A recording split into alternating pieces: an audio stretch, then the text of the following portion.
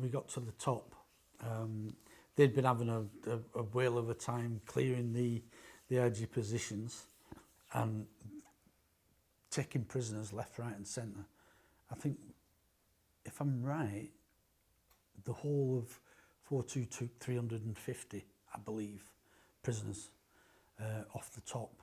And them were the unlucky ones who hadn't bugged out back to Stanley.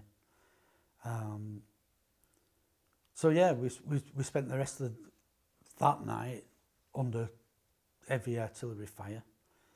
And in the morning,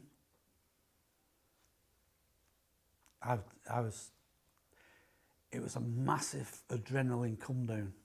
That's what I can remember, is we're tight. Well, when we was actually attacking the position, you didn't feel cold, you didn't feel hot, you weren't out of breath. I personally never felt afraid attacking the position. I mean, at one point when I was on a flank, because I'd flanked myself, the rounds were either side, in front. I can remember having an internal conversation with myself, because I had a Bergen frame on with high explosive rockets on my back, but the Bergen frame was pressing in my neck, so when I was up firing, there was a pain in my neck. So to relieve this, I put my head down every so often, and as I put my head down, I thought, I'm going to get shot right at the top of the head.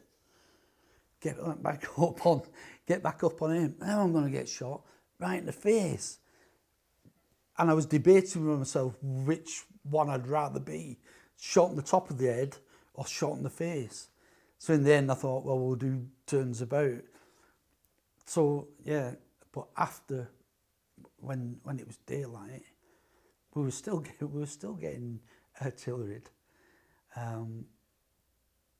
Massive adrenaline come down.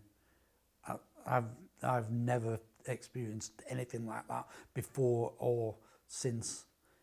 And you think, that was my thought. I don't want to do that ever again. The prospect of us having to do that was daunting.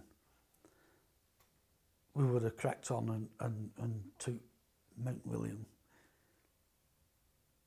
But thankfully we didn't have to. When I look back now, at the time, when we came back, I really didn't think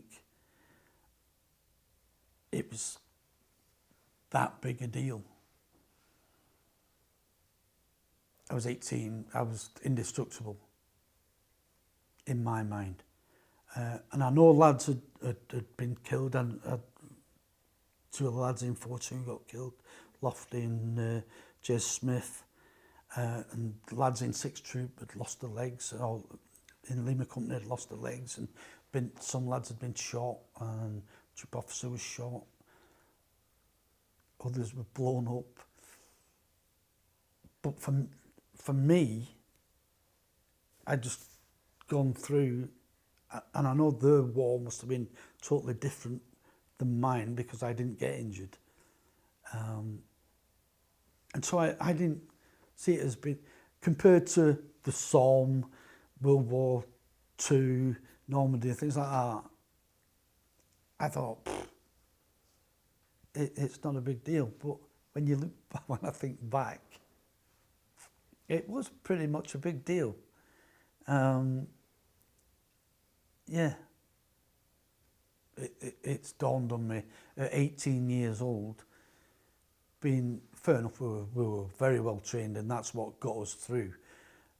But to be put in that position as an 18-year-old, and then you see 18-year-olds, I mean, my sons when they were 18, and you think, you can't even tie your shoelaces, what's going on?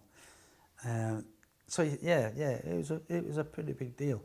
And of course, people lost their lives and were affected through injuries for the rest of their lives.